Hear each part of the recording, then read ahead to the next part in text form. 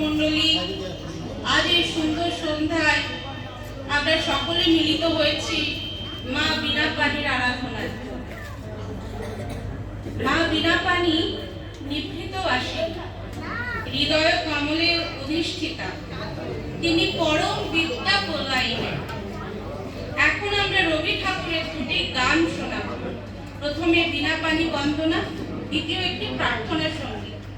আমি সৌমিক, আমি হর্ষিতা, আমি শ্রেষ্ঠা। আমাদের সাথে তবলায় সহযোগিতা করছেন মৃত্যুঞ্জয়। প্রথমে মা সরস্বতীর একটা শ্লোক গেয়ে গানটি শুরু করছি। মধুর ধ্বনি বাজে হৃদয় কমল মাঝে।